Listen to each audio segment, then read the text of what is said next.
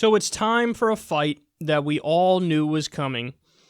John Bolton is now calling out Trump since leaving the administration, and he's doing it in a slightly more specific way than he was previously. Here's CNN covering that story. Former National Security Advisor John Bolton has some sharp criticism for President Trump on North Korea. CNN's Brian Todd is here with details. And Brian, Bolton used his first speech since leaving the White House to say that the president is basically wrong about Kim Jong-un. Brianna, Bolton said the president is wrong, misguided, and naive without really saying that directly and without even mentioning Trump by name. But the message was clear. John Bolton believes his old boss is getting hoodwinked by the supreme leader in Pyongyang. John Bolton, the top Trump advisor who North Korea once called a warmonger and a human defect, is firing back tonight, giving what he calls his own unvarnished view of North Korea's Kim Jong-un and his relationship with Trump. Under current circumstances, he will never give up the nuclear weapons voluntarily. In his first public speech since getting axed by the president about 3 weeks ago, Trump's former national security advisor had no problem contradicting his old boss's optimism about Kim's intentions. He wants to denuclearize. In fact, I think the contrary is true. I think the strategic decision that Kim Jong-un is operating through is that he will do whatever he can to keep a deliverable nuclear weapons capability. In candid comments and stark terms, Bolton made no bones about his belief that North Korea is a rogue regime led by a man who can't be trusted, something that put him in conflict with the president. We like each other, good relationship. As for the fact that Trump continues to brag that North Korea has stopped testing nuclear weapons, There's been no ballistic missile tests and there's been no nuclear tests. Bolton suggested that's not a sign of capitulation. It's evidence Kim Jong-un believes his program is ready. North Korea has, in its judgment, for well or ill, finished testing and can produce nuclear warheads and long-range ballistic missiles. That's not an encouraging sign. That's a sign to be worried about. And Bolton had a warning for the president regarding one of Trump's signature refrains on the pace of nuclear talks. I'm in no rush. I'm in no rush. When we say, well, we're in no rush for negotiations, we're in no rush for a resolution of this, we're saying to North Korea and Iran, take your time, keep going. You've got more time to plan, to test, to produce, to deploy these capabilities. The White House isn't commenting tonight on Bolton's criticisms, but Bolton is drawing criticism from other quarters. Some North Korea analysts say Bolton is looking at the nuclear talks too much in black and white terms, that he's ignoring a middle ground that President Trump could reach with the young dictator. He's a 30-something-year-old who wants to get his friends rich and be as rich as the rich people around the world. And he may be willing to sell off some parts of his arsenal to get that. Meantime, other analysts say Bolton went too far today by suggesting the U.S. should consider getting rid of Kim Jong-un. There are things we should look to and have serious discussions about. One is the possibility, limited though it may be, of regime change in North Korea. That's something the president and his top aides say they're not pursuing. Regime change can open the door to a lot of very disastrous end results. If you fail, clearly, North Korea may lash out at the South and our forces there, and even the continental U.S. Even if we succeed, we could have a quagmire there that is very hard to get out of.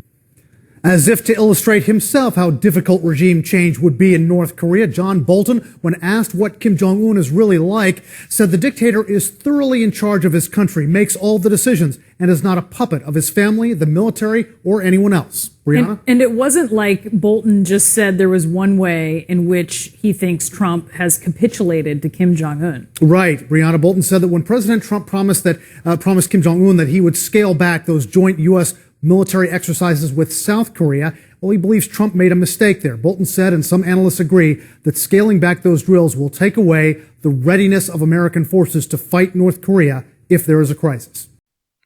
Look at that relentless right-wing framing by CNN. The host at the end was like, well, Bolton said it wasn't just one area where Trump was capitulating to Kim Jong-un. And then the other host is like, well, that's right. They think stopping the military exercises is a strategic mistake. Now, let me ask you a question. Let's say North Korea was doing military exercises right on the southern border where, the U.S. and Mexico are. Right there, right on the Mexican side, they're doing these drills, and then we're like, whoa, what are you doing? What are you doing? And they're like, what do you mean? We're not in your airspace or anything. We're just doing military exercises. What is wrong? What would our reaction be to that? I'll tell you what our reaction would be to that. We'd scramble the jets immediately and be like, get your fucking military exercises off of our border. This is a threat. This is a violent threat to our country and our homeland. But we can do it there, and it's just smart strategy. That's all it is. We get to threaten your entire government, and you get to shut the fuck up about it. Look at the framing from CNN. Oh, Donald Trump. Bolton said it wasn't just one way Trump capitulated. Capitulated? Why is it by definition a capitulation to say those military exercises are provocative and stupid and we shouldn't be doing them in the first place? Why is that a capitulation? Why can't that just be a reasonable thing to do? Because it is a reasonable thing to do. If I was president, I would stop those exercises. Of course I'd stop them. Why are we doing them? I'll tell you why we're doing them. To threaten them with war. That's why we're doing it. We are threatening them with war. We are the offensive threat against them. Everything there is just framed from a right-wing perspective. And notice, even when they try to give the counter perspective, look at the framing of it, because this is super important. They describe it as, if we try regime change, it might lead to a, quote, quagmire. No, a quagmire. A quagmire is like, oopsie doopsie, I messed up. That's not what we're talking about here. If we were to topple the North Korean government, that would be an active decision. We have agency as a country. Our government has agency, and they would actively decide to do this illegal and offensive military strike. That's not a whoopsie doopsie. Whoopsie is like, I tripped and fell, and I'm getting back up. Whoopsie is not, oops, I try to topple your government. That's not a whoopsie. That's you're actively deciding to violate international law and do an offensive strike on the other country. That's not the other side of it. The two sides of the spectrum are not, hey, obviously we should overthrow them and should overthrow them right now. And the other side of the spectrum is, well, hold on now. We need to be intelligent about this, and we don't want to get into a quagmire, so strategically it might not make sense to topple them right this second. That's not the two ends of the spectrum. Those two ends are over here. This is how they control the debate, guys. They shift the Overton window way to the right. And so those are the only positions that are considered serious. Oh, are you on the left side of the spectrum? Okay, well then your perspective better be, I don't know, I wouldn't want to enter another quagmire. I wouldn't want to stumble into toppling another country's government and then messing it up. No, the reality of the situation is, this isn't an option. They're not an actual threat to us. They're not going to bomb us. They're not going to attack us. So any talk we have about toppling them, even though they're a terrible government, obviously, but that's not our business to go topple them. We'd be violating international law to do so and doing an offensive strike against them. You put Americans in more danger if you do something like that.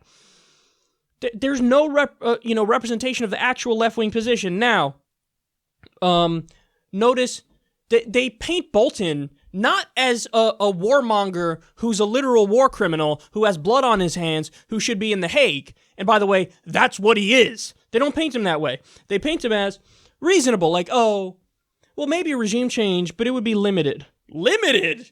This is the same. He's one of the guys who got us into Iraq, and he said the same thing about Iraq, and we're still there. We're still in Iraq. We're still in Afghanistan. And John Bolton is largely responsible for that. So he's so full of it. And I like when he tried to attack Trump and he said, quote, we're in no rush. And he says that's a sign to them, keep going, take your time. To which my response is, why is it our right to, determine what people around the world are and aren't allowed to have in terms of nuclear weapons when we're the only country that's ever used a nuclear weapon and used it on civilian populations? And we're lecturing everybody else, you're not allowed to have this, you're not allowed to have that. Now, by the way, should they get it? No, I don't want them to get it. But the idea is that a reason to launch an attack, a literal attack on them, a war with them, and topple them if they're in the process of creating it? No, and I'll tell you why. The only reason Iran wants it, and the only reason North Korea wants it, is deterrence to U.S. aggression. Let me repeat that. It's deterrence to U.S. aggression, and that's a fact. That's not my opinion. That's why they want it. The idea that Iran is going to create a nuclear weapon and, quick, go bomb Missouri, not going to happen. The idea North Korea would create it and say, time to go after Sacramento, not going to happen. They're not building it to offensively strike. They're building it for one reason and one reason alone. They see what the United States does to countries that aren't under their thumb, and they don't want it to happen to them. So what happened?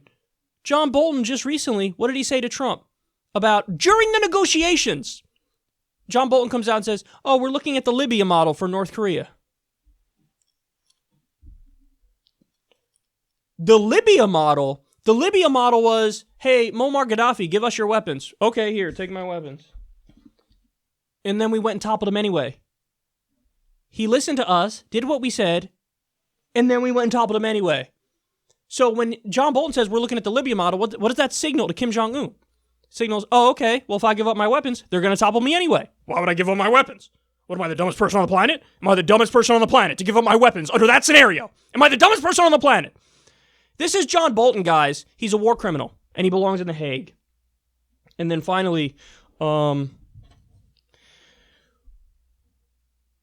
he says that, North Korea, the reason why there hasn't been more missile testing or anything like that is because North Korea finished testing already. Okay, where's your evidence for that? So in other words, this is John Bolton's way of saying, shut up and go. Shut up and do the regime change. Shut up and get it done. Don't be weak. Shut up and get it done. North Korea finished testing it, presenting no evidence because he has no evidence. But by the way, even if he was right, wouldn't that further prove the left's case? Because what does that mean? Oh, North Korea already has a nuclear weapon, and it looks like California is still intact. So it's not like, oh, he's building it and he's going to immediately press that button and he's going to come after us and he's an imminent threat to us. No, again, he's building it for deterrence. So I'm so sick of John Bolton, man. And CNN painting him as anything other than a war criminal who belongs in The Hague is journalistic malpractice. And this is yet another silly, sad, dumb attempt to try to play got you with Trump because they hate Trump. Even though this is a rare issue where Trump was more reasonable than Bolton. Now, don't give him too much credit because he hired Bolton in the first place, so he's a dipshit for doing that, and he's wrong for doing that. But when it comes to whose opinion on the matter is better, obviously it's Trump's because he doesn't want war right now. So don't, they're trying to paint that as the unreasonable position, and the other, expert John Bolton, he's just giving his sober analysis. Well, his sober analysis destroyed the Middle East. And to this day, has repercussions and made ISIS and Al-Qaeda stronger. So don't listen to this guy. Throw him behind bars because that's where he belongs.